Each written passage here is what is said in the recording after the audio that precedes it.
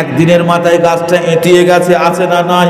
কোন কবরে 3 দিন চলে, কোন কবরে 15 দিন চলে, কোন কবরে 1 মাস চলে। খোদার কসম দিয়ে বলে গেলাম, এমনও খবর আছে 1 বছর ওই গাছটা কাঁচা থাকে। একবার জোরে বলুন সুবহানাল্লাহ। যার কবরে জাহান্নামের আগুন হয়, যার কবরে জাহান্নামের আগুন হয়, আগুনের তাপ আছে না নাই? ওই কবরটা গরম হয় বাবা, ওই গাছটা শুকিয়ে যায় বাবা। আর যার কবরে আযাব হয় না, কবরটা সুন্দর আছে বাবা, ওই কবরটার গাছটাও সুন্দর থাকে বাবা। এ বন্ধুরা, কোন কোন কবর দেখতে পাই আমরা নিজের চামড়ার চোখে, ইউটিউবে শুধু নয়, কিতাবে পড়লে দেখা যায় মানুষ গোশতগুলো, হাড় হাড্ডিগুলো মাটির খাওয়ার বাবার ক্ষমতা হয় না, মাটি তাদের খেতে পারে না। কোন কবর দেখা যায় 6 বছর আগে, 3 বছর আগে 24 পরগনা জেলা, গ্রামের নাম হলো আমরাগাছি নাদুরিয়া। একজন মহিলা ছিল বাবা, সংসারের তাগিদে স্বামী তালাক দেয়, 3টে বাচ্চা নিয়ে বোম্বাই চলে যায়। আমাদের মাথার মধ্যে মগজে ঢোকা আছে, বোম্বাই যে মহিলারা যায় ওই মহিলাগুলো ভালো হয় না বাবা। কিন্তু না বন্ধু, মহিলাটা ছিল সৎ, না বন্ধু, মহিলাটা ছিল সৎ, মহিলা ছিল আল্লাহওয়ালা। তার প্রমাণ দিয়েছে। মরণের পরে দুনিয়ায় কি দেখাবে বাবা?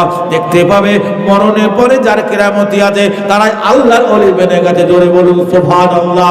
ওই মহিলাটাকে বাড়ি আসলো, একটু কিছু টাকা পয়সা জোগাড় করে বাবা। অনেকদিন আগেকার কথা বলছি বাবা, 10 বছর বেশি, অনেক আগেকার কথা, অনেক আগেকার কথা, মাত্র 10 বছর। মহিলাটা জিজ্ঞাসা করে নেবেন, ইউটিউব হচ্ছে বাবা, খবরটা বিশ্বে ছড়িয়ে যাবে বাবা।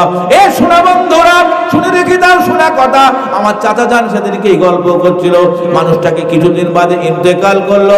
2000 সালের বন্যার সময় পুকুরের ধারে ড্যাঁড়গুলো ভেসে যায়, কিন্তু মানুষটা দেখা গেল তখনও সেইভাবে কবরের মধ্যে রয়েছে। একবার জোরে বলবেন না। ওপর দেখে বিচার করা যাবে না। হেজবুল্লাহর দাড়ি দেখেছি, টুপি, মাল ভেতর শুধু গিজ গিজ করছে, কখন কার মেরে খাবার লোক আছে না নাই? হজ করে আসছে, ও দেখে দেখে হাত বাড়াচ্ছে, ও হজ ওখানেই গেছে। কথা ঠিক না বে ঠিক? হ্যাঁ, তাই সকলকে বলবো, আল্লাহ যেন আমাদের শোনার থেকে, বলার থেকে, অনেকটা বেজে গেল, 10টা করি। ও চোখে দেখতে পায় না, চশমা আছে, কেঁদে কেঁদে চোখ কানা হয়ে গেছে, ছেলের জন্য কেঁদে কেঁদে চোখ কানা হয়ে গেছে। আপনাদের অসুবিধা হচ্ছে বুঝতে পারছি, তাই না? 10টা করি। তো আমরা কবরের পুঁজি করব। আমরা কি করব? কবরের পুঁজি করব। আমার একদিন কবরে যেতে হবে। কে কলমাখানি করবে? কাজ হবে। আরে ব্যাগ যদি ফাটা হয়, মসলন্দপুর বাজারে যে বাজার করে আসছি, ব্যাগ আমার সব ফাটা, মোটরসাইকেলে বেঁধে নিয়েছি, ইলিশ নিয়েছি, খাসির গোশ নিয়েছি, মাছ নিয়েছি, ডিম নিয়েছি, জামাই এসেছে, আজ বাড়ি এসে ব্যাগের তলা যদি ফাটা থেকে মাল থাকবে, তা আমাদের ঠিক সেই অবস্থা হবে।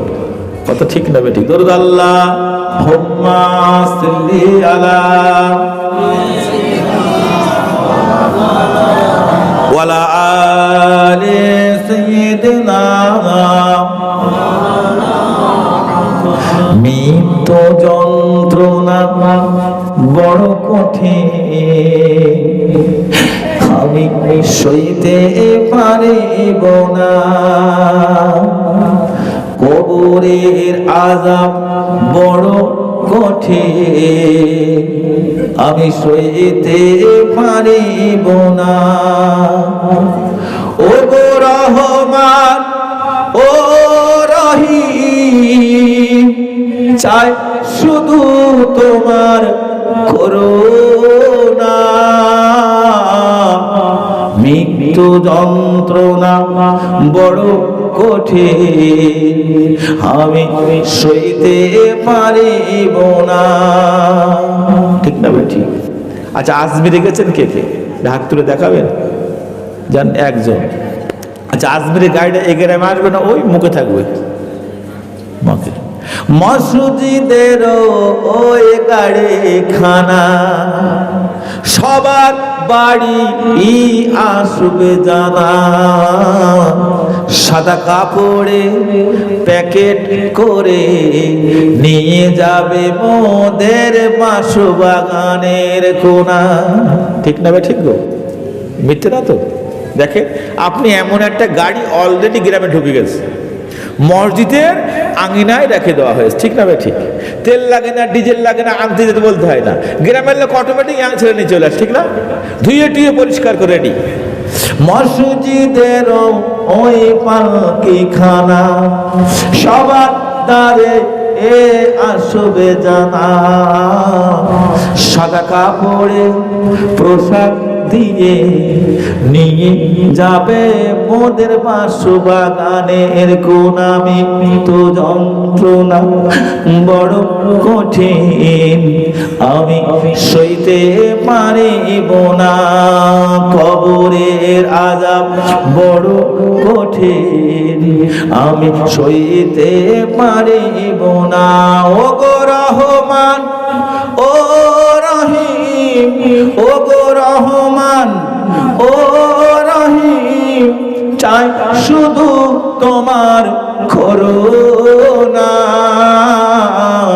মৃত্যু যন্ত্রণা বড় কঠিন আমি সইতে পারিব না। আল্লাহুম্মা সাল্লি আলা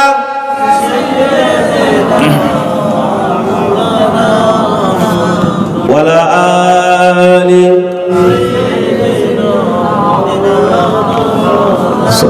ব্রাদার ইসলাম। আমরা কবর সম্বন্ধে একটু শুনলাম।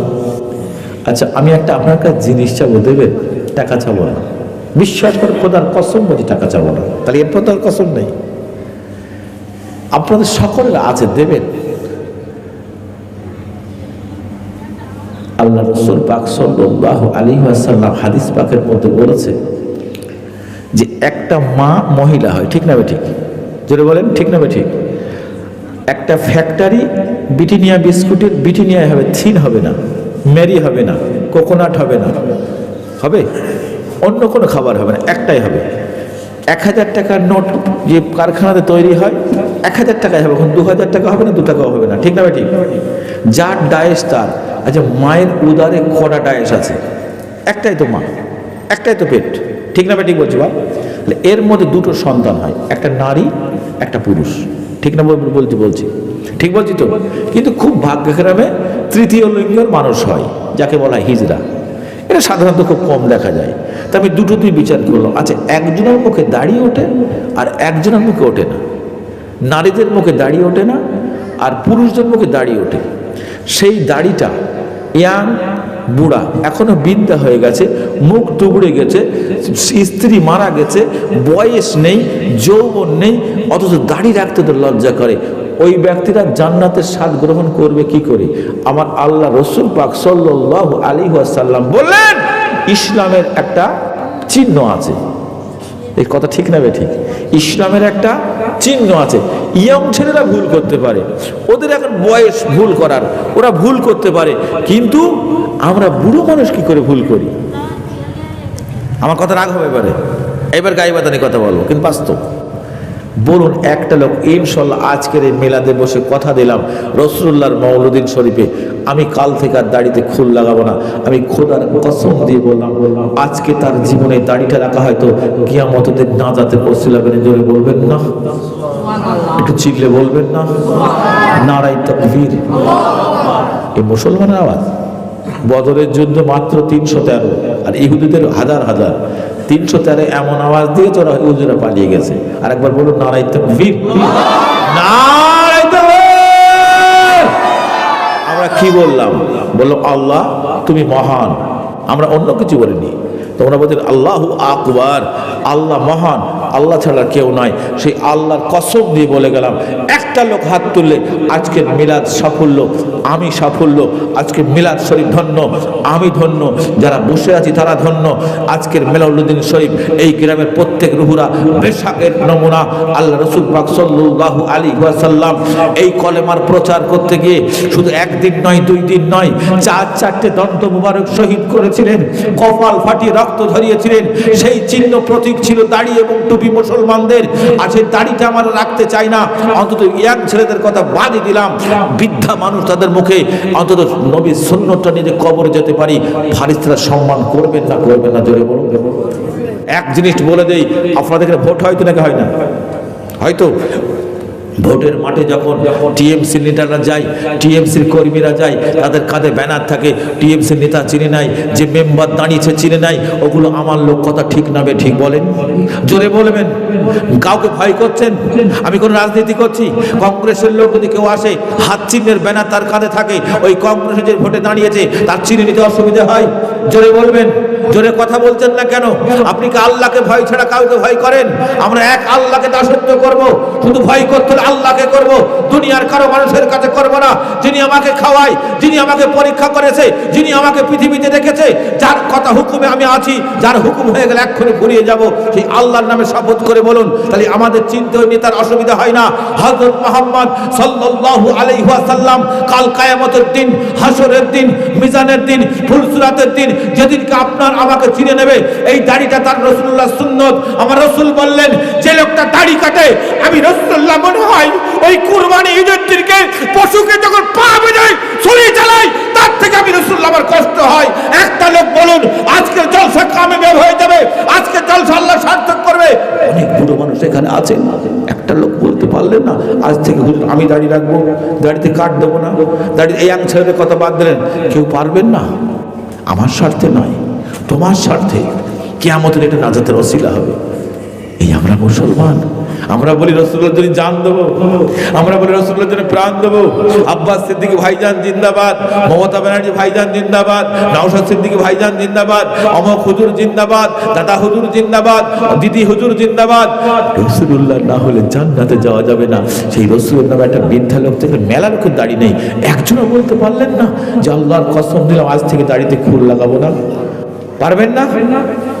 দেখছেন আল্লাহ কেন এসেছেন, কেন এসেছেন? খারাপ নেবেন না, হক কথা বলে যাব। কিয়ামতের দিন আমাকে ডাকবে, এ দারাপুরি মাওলানা সাহেব বড় মাদ্রাসা করেছিলি, অনেক নাম কিনেছিলি, তুই তো সব মিথ্যে কথা। আমার জন্য একদিনে ভোট প্রচার করেছিলি, আমার ভোটটা প্রচার করেছিলি, আমার স্যাম্পেলটা বলেছিলি যে দাড়ি এবং টুপি মুসলমানদের, ইয়াকদের কথা ছেড়ে দে। কিন্তু বুড়োগুলো তো বলতে পারতিস আয় তোর জাহান্নামে আগে, তোকে আগে জিভটা কাটি, তারপর অন্য লোকের পরে হবে। সারা পৃথিবীতে এসেছিল যখন করোনা, নিষেধ করলেও শুনতো নাইরা, কোন দোয়ার মেহফিলে যাওয়া। ঠিক না ঠিক? তখন মসজিদে বলতে সরকারি শোনাবে ছিল, আর এরা বলছে ও কথা না শুনবই না, নামাজ পড়বো নামাজ পড়বো না, নামাজ পড়বো নামাজ দিতে হবে। এই ইমাম বারণ করছে 4 জনের ভাই জামাত হবে না, সরকার নির্দেশ। হ্যাঁ তোমার কথা মতো আল্লাহ ডাকবো, তোমার কথা শুনবো। যেই করোনা শেষ এরাও শেষ। তাই হতভাগা একটা গজল লিখেছেন 2000 সালে। সারা পৃথিবীতে এসেছিল করোনা, ঘর থেকে কেউ তখন বার হতো না, নিয়ম বিধি চলত মেনে, কিন্তু মসজিদে যাওয়া কেউ ভুলে যেত না। করোনা করোনা করোনা, ঠিক না ঠিক? তখন তো বোঝাই তোমার করোনা হবে, দাঁড়িয়ে রাখো, ভটা ভট হাত তুললো, বাঁচবে। আরে 70 বছর তোর মেয়াদ, কিতনা দিন रहेगा, কিতনা দিন रहेगा। আল্লাহ কতবার বিবার, কত ঘড়ি ছেড়ে দিয়েছি, ঘড়ি যখন ওপরে ওঠে নামবো না নামবো না নামবো না, ঠিক না ঠিক? আর যখন বিকেল হয়ে যায়, লাটায় যখন পাশায় ডলা দেয় না ছেড়ে পেলে, তার চলে আসে, ঠিক না ঠিক? যেতে হবে। দাড়িটা দিয়ে কালকে মারা যাও, কাল যদি মারা যাও, দাড়িটা তাই নিয়াত করলে আল্লাহ এটাই তোমার নাজাতের ওসিলা বানাবে। জোরে বলুন, একবার চিল্লে বলুন। সারা পৃথিবী